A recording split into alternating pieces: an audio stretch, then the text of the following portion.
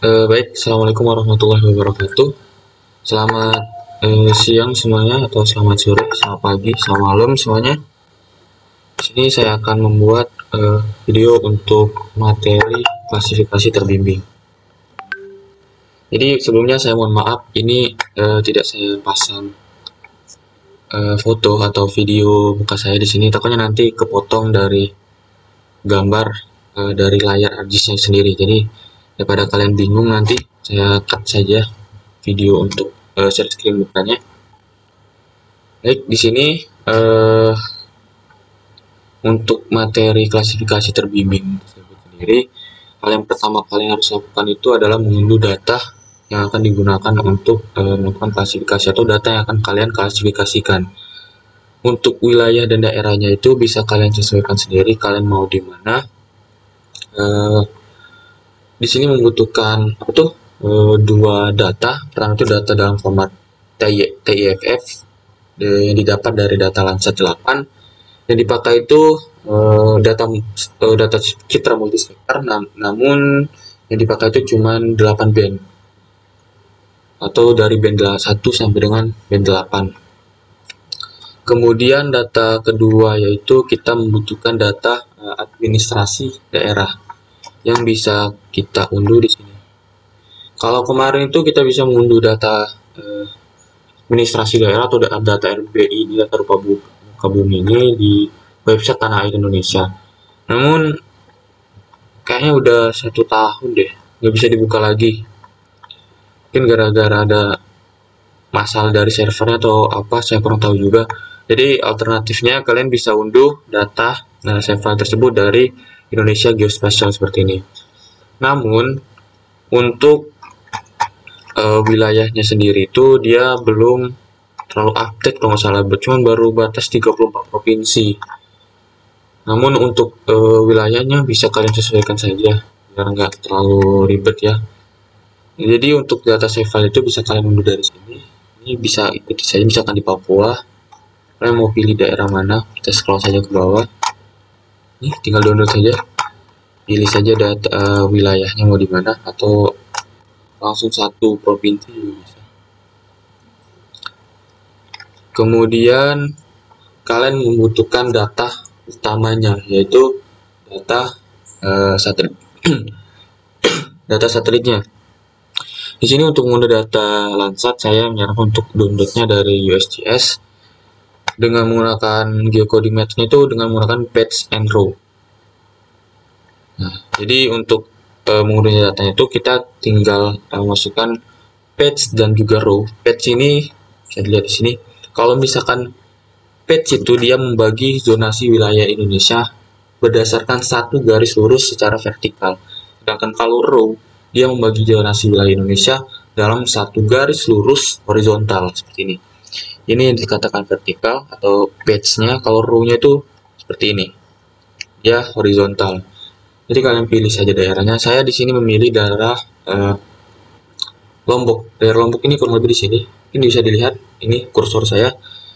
Daerah Lombok ini berada pada row. Ini bisa dilihat, ini sedikit blur ya, tapi ini tulisannya ini row 68, ini row 67, ini row 65. Jadi Lombok itu berada pada row 66. Dan patch-nya ini adalah 115, 114, 114, 115. Di sini adalah 116. Jadi kalian bisa masukkan di sini patch dan row yang sesuai.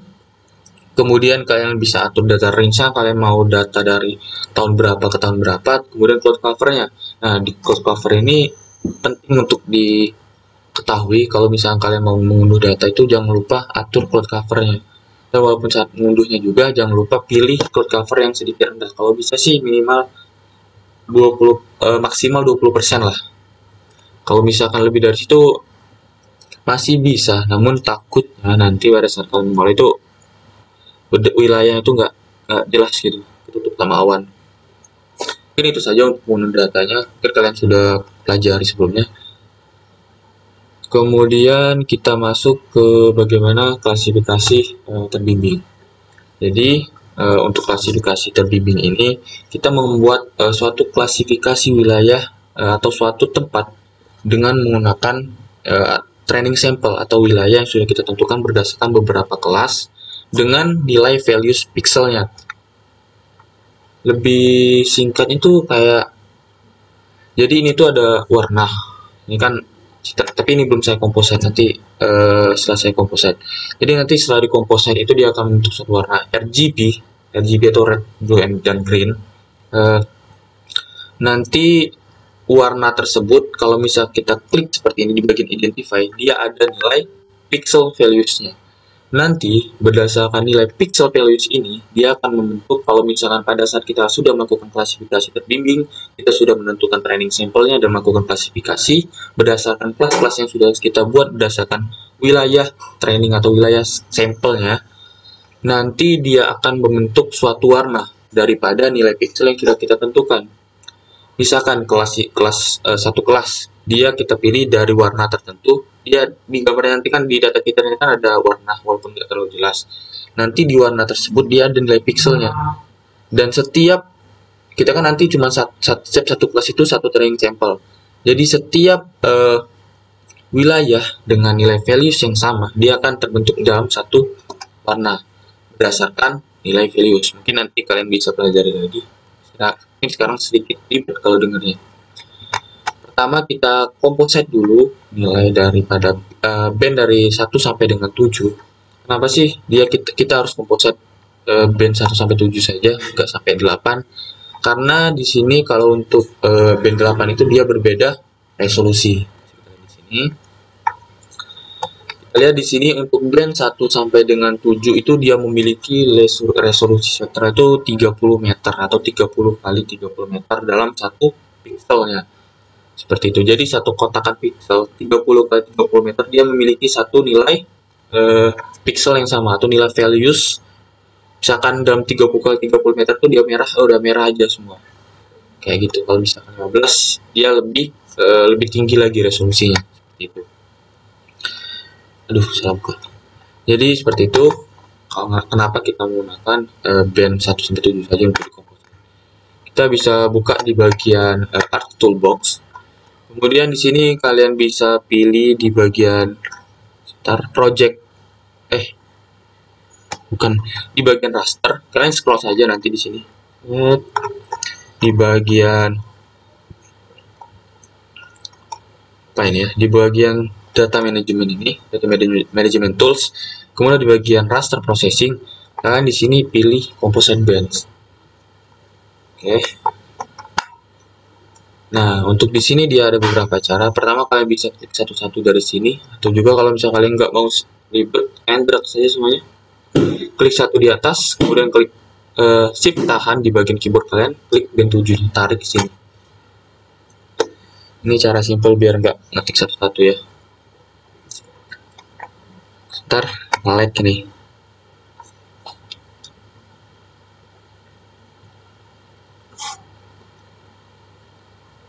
Nah, sudah. Kemudian, ntar ya atur dulu.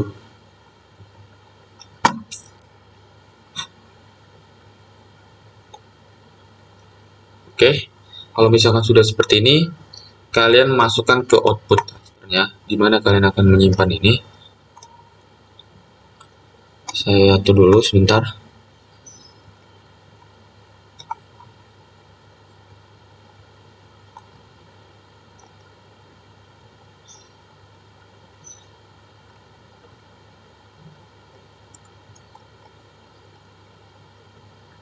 Baik, tunggu. Nah, baik, saya sudah memilih foldernya.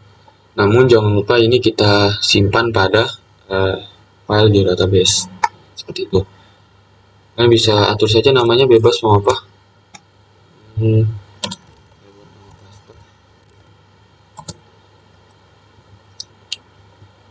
Baik, di sini bisa kalian tentukan, di sini buat saja namanya itu composite band. Misalnya sudah, kita bisa klik OK. Nah, untuk di bagian render ini tergantung laptop kalian, prosesnya mau bisa lambat, bisa cepat, tergantung dari spesifikasi laptop kalian.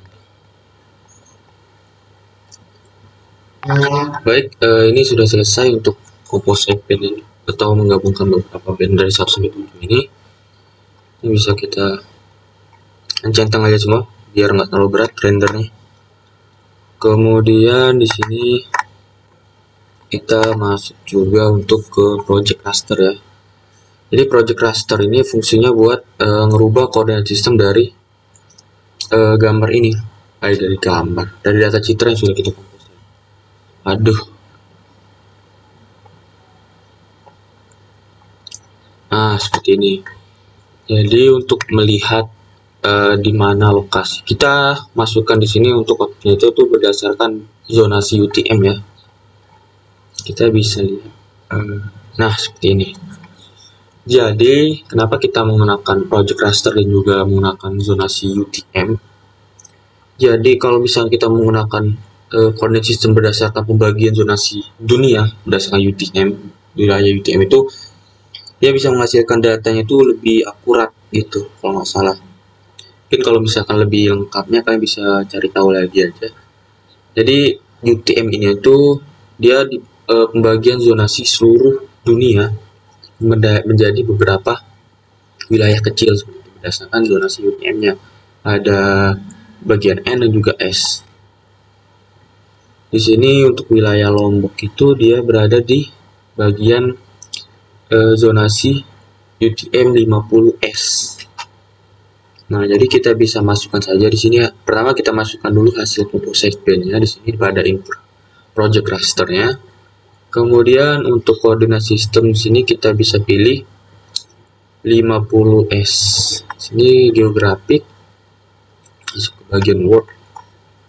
Kemudian sebentar, saya sedikit lupa.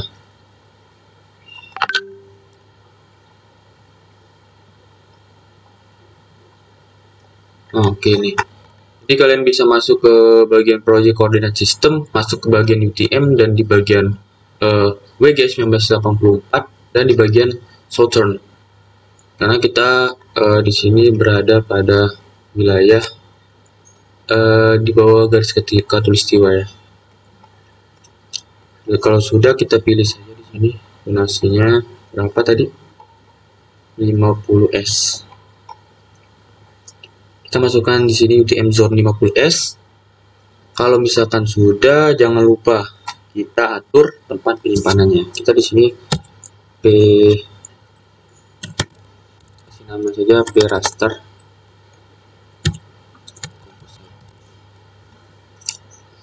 Klik save, kemudian oke, itu aja. Kita klik OK. Kita tunggu lagi. Baik, kita lanjutkan lagi ya. Jadi tadi fungsi project raster tadi kan sudah saya jelaskan kalau misalkan itu untuk merubah koordinat sistemnya sesuai dengan koordinat sistem yang kita inginkan atau sesuai koordinat sistem yang seharusnya. Di sini sudah bisa kita lihat special reference di bagian X koordinat sistemnya sudah masuk ke bagian WG 1984 UTM zone 50S sesuai dengan pembagian zonasi UTM yang sudah kita lihat dari Google tadi ya. Nah, sedangkan tadi kenapa kita butuh project raster? Di bagian composite band ini yang kita hanya melakukan composite pada seluruh band yang sudah kita unduh sebelumnya pada data Landsat. Ini terdapat kekeliruan pada koordinat sistemnya. Di sini dia menggunakan zonasi 50N. Sedangkan 50N itu dia berada di lebih singkatnya itu dia berada di atas garis khatulistiwa. Seperti itu. Baik, langkah selanjutnya itu kita bisa memasukkan data save file yang sudah kita unduh, yang sudah saya bilang tadi pada website Indonesia Geospatial. Kita bisa masukkan dari sini. Saya memilih wilayah Lombok Tengah. Kita bisa masukin saja data RBI-nya atau data administrasi wilayah. Nah, seperti ini. Kalau misalkan sudah,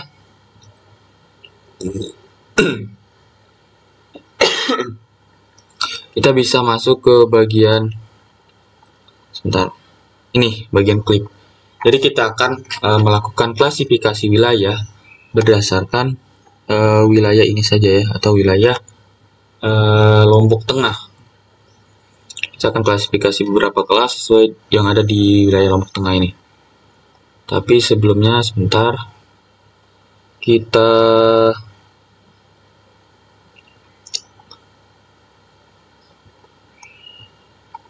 sebentar. Baik, saya lanjutkan. Ini sudah terlihat ya di bagian pulaunya yang mana mau kita klasifikasikan wilayah-wilayahnya. Sebenarnya kalau misalkan mau seluruh ini juga bisa. Kita tinggal buat save file sendiri menggunakan rectangle, kita ambil wilayahnya mau di mana. Namun untuk bagian klasifikasi terbimbing semester ini kita hanya belajar secara intinya saja bagaimana untuk melakukan klasifikasinya. Kalau misalnya kita menggunakan rectangle ataupun menggunakan save file buatan sendiri, nanti kita harus mengambil zonasi wilayah di bagian daratnya saja, dan itu sedikit memakan waktu. Jadi saya menggunakan save file yang sudah disiapkan saja dari website dan hanya menyediakan data untuk bagian daratnya saja. Oke, kita masuk ke bagian clip. Kita masuk dulu di bagian input raster ini, di bagian project raster ini. Nah, kalau misalnya sudah, di bagian output extend ini kita masukkan data RBI-nya. Jadi kenapa seperti ini?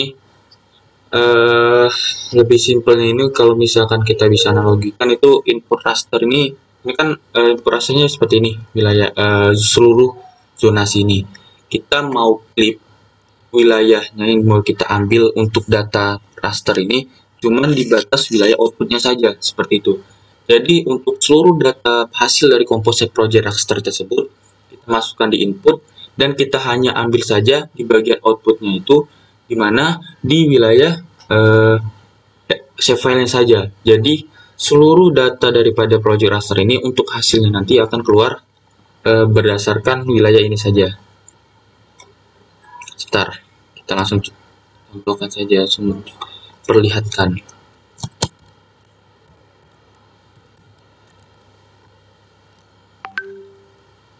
Oke, jangan lupa kita use input feature for clipping geometry ini, kita centang saja dan klik OK. Baik, ini sudah selesai. Nah, jadi nanti hasilnya seperti ini. Kan bagian wilayahnya. Nah, nanti seluruh data daripada data IFF ini akan masuk, diambil cuma di bagian batas wilayah save file ini saja. Ini kan hasil yang awal. Yang awal seperti ini. Yang akhirnya seperti ini. Kalau misalnya sudah, kita bisa masuk ke bagian properties. Kita masuk ke bagian simbologi, kita atur dulu di sini menggunakan RGB ya. RGB itu kombinasinya adalah 432. Nah, seperti ini. Kenapa dia seperti ini? Karena ini sudah ketentuannya ya. Kalau misalkan di lantai juga kalau nggak salah red itu di bagian band 4. Ntar saya lihat dulu. Masuk ke web tadi. Nah, sebenarnya seperti ini ya. R, red, G itu green, dan blue itu adalah birunya. Jadi RGB atau band 432. Seperti itu kombinasi bandnya ya. Nah, kita klik OK saja. Ini sudah berubah sesuai dengan yang tadi. Kemudian kita bisa masuk ke bagian ini, kan sebelumnya band 8 belum dipakai. Sekarang kita pakai band 8-nya. Kita masuk ke create band sharpness. Ntar saya lupa. Nah, di ini. Masih di bagian raster processing. Di bagian raster processing kita masuk dulu pertama di bagian data management tools, kemudian raster processing. Di sini ada create band sharpness. Kita masukkan di sini yang pertama itu adalah hasil dari clip rasternya. Kemudian panchromatic image ini kita masukkan band 8. Jadi fungsi create band sharpness ini dia untuk mempertajam kualitas citranya. Jadi yang sebelumnya hanya resolusi 30x30, kita masukkan juga data citra atau band panchromaticnya atau band dengan resolusi yang lebih tinggi, yaitu 15x15. Nah, nanti kita masukkan ke sini juga. Kita kita save juga seperti biasa.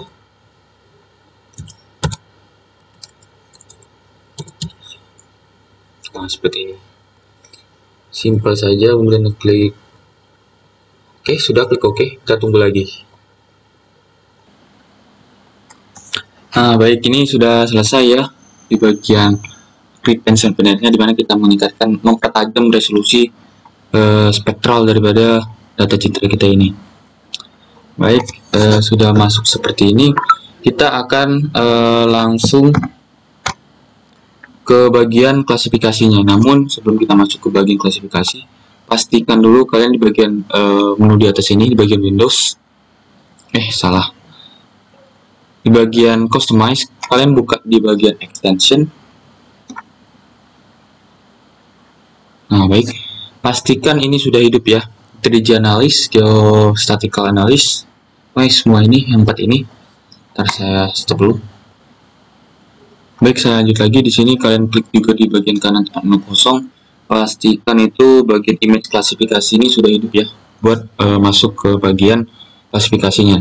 Kemudian di bagian klasifikasi ini, kalian bisa klik pada bagian layer P-sharp-nya atau dari PenSite.net tadi hasilnya.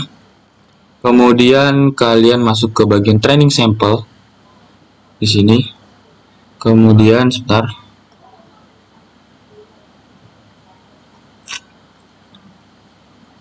Kalian masuk di bagian draw polygon. Baik, di sini saya pertama pastikan wilayahnya benar ya. Di sini kalian cukup buat 4 wilayah saja. Untuk mempersingkat waktunya saya akan close saja setelah ini, setelah membuat satu kelas. Ntar saya cari dulu.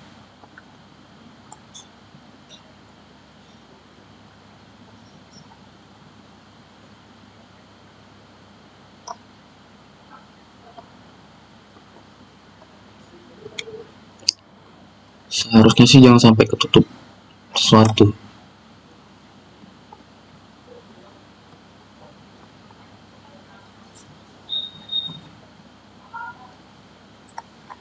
Ini aja. Ini saya akan masuk sebagai kelasnya itu danau. Ini kalau bisa kalian masukin itu harus benar-benar pas ya, biar hasil klasifikasinya itu bagus. Kalau sudah, klik double klik. Sini saya kelas 1 itu saya bernama danau. Kemudian kalian bisa lanjutkan ke beberapa kelas selanjutnya. Saya skip saja.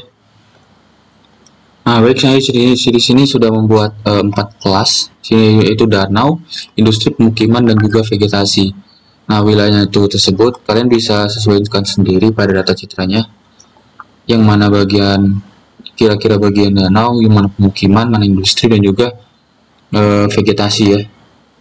Kemudian setelah ini kita bisa simpan data kelas ini untuk melakukan klasifikasi nanti, klasifikasi terbimbing. Kelas-kelas di sini kita klik create signature file tadi, kemudian masuk ke bagian biar nggak ribet, kalian simpan saja hasil signature file ini pada wilayah terluar di folder kalian. Seperti ini, saya simpan di dokumen. Di dokumennya, di datanya paling luar, tidak di dalam folder. Seperti itu. Saya coba dulu. Jadi master. Saya klik save. Kita tunggu. Baik, sudah selesai. Ini bisa kita klik saja di bagian klasifikasi ini. Kemudian kita masuk ke bagian interaktif supervised klasifikasi atau klasifikasi secara terbimbing. Kita klik saja.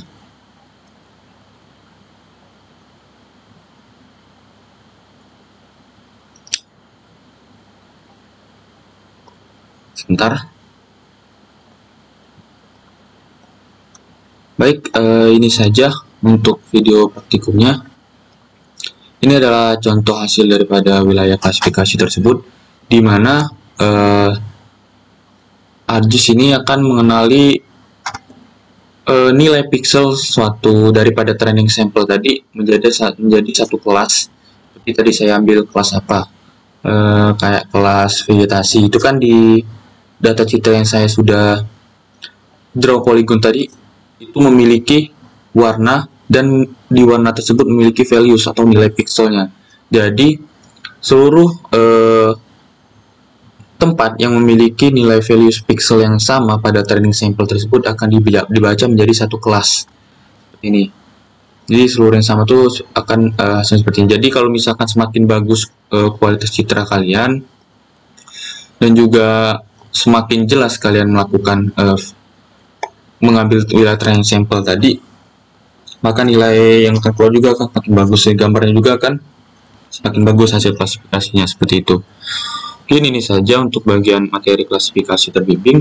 Semoga kalian bisa mengerti. Mohon maaf ini videonya agak panjang. Saya akhiri. Assalamualaikum warahmatullahi wabarakatuh. Terima kasih semuanya.